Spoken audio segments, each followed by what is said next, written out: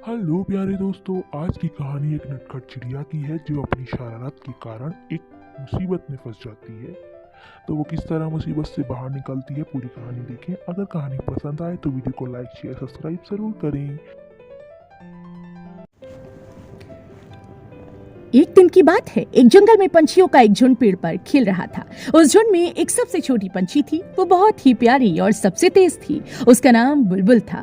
सभी चिड़िया उसका ख्याल रखती और उसे कभी अकेला नहीं छोड़ती थी। बुलबुल जब अपने दोस्तों के साथ खेल रही थी तो उसे एक पेड़ की डाल पर एक मोतियों का हार मिला। हार बहुत ही सुंदर और चमक रहा था। बुलबुल को रहा नहीं गया, उसने अपने गले में उस हार को डाल लिया। उसके साथ ही बुलबुल को हार मिलने पर बधाई देने लगे और सबने बोला कि उस पर यह हार जच रहा है।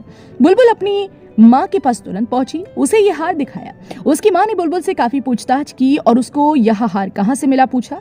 बुलबुल माँ से नाराज होकर वापस अकेले ही जंगल में चली गई और एक पेड़ की डाल पर बैठी। बुलबुल सोचने लगी, सभी ने मेरी तारीफ की, बस माँ को छोड़कर उसे तो बस हार की पड़ी थी। एक बार भी माँ ने नहीं बोला कि यह हार मुझ पर कैसा लग रहा है। इतने में कुछ सिपाही वहां आ गए और बुलबुल पर जाल डालकर उसे पकड़ लिया, अपने साथ ले जाने लगे। इधर बुलबुल की माँ उसे ढूंढ रही थी और बुलबुल उसे कहीं नहीं मिल रही थी। वो परेशान थी कि आखिर बुलबुल कहाँ चली गई। सिपाही जब बुलबुल को अपने साथ ले जा रहे थे तो एक पंछी ने देख लिया। बुलबुल को सिपाहियों से बचाने के कारण उस निर्दोष पंछी की हत्या सिपाहियों ने कर दी। ये देखकर बुलबुल डर गई और चुपचाप सिपाहियों के साथ चली गई। सिपाही बुलबुल को राजा के दरबार में ले गए। बुलबुल वहां अपने को अकेला पाकर घबरा रही थी। बुलबुल को समझ नहीं आ रहा था कि उसे यूं दरबार में क्यों लाया गया।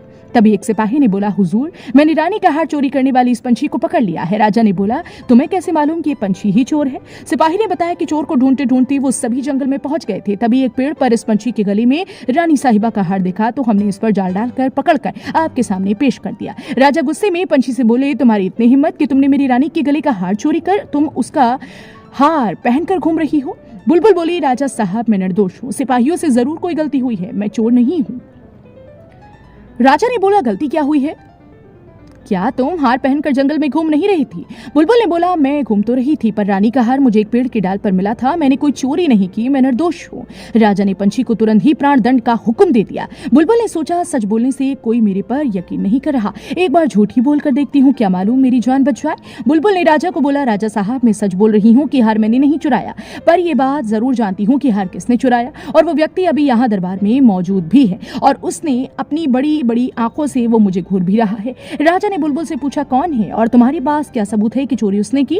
बुलबुल बोली, वो व्यक्ति राजमहल से हार चोरी कर छुपा रहा था, तो मैंने उसके सर पर अपनी एक पंख गिरा दिया और वह पंख अभी भी उसके सर पर ही है। बुलबुल ने जोर से बोला, देखो देखो, उसके सर पर पंख है। इतना कहते ही एक सिपाही राजा के दरबार से भागने लगा। सबने उस सिपाही को पकड़ लिया और देखा तो उसके सर पर कोई पंख नहीं था। राजा ने फिर उस बुलबुल को कहा, मैं समझ गया कि चोरी सिपाही ने ही किया, तुमने अपनी बुद्धि से अपनी जान और असली चोर को भी पकड़ाया, मैं तुमसे बहुत प्रसन्न हुआ। राजा ने फिर बुलबुल को छोड़ दिया और असली चोर को सजा दी गई। बुलबुल को अब माँ की बात याद आ रही थी। माँ इतना क्यों पूछ रही थी? कहीं मैं किसी मुसीबत में ना पड़ जाऊं, शायद इसलिए। इस कहानी से हमें शिक्षा मिलती है कि माँ हमेशा बच्चों के लिए उसकी भलाई ही सोचती है, पर बच्चे जब किसी मुसीबत में ना आ पड़े अपनी माँ का प्यार नहीं समझ पाते।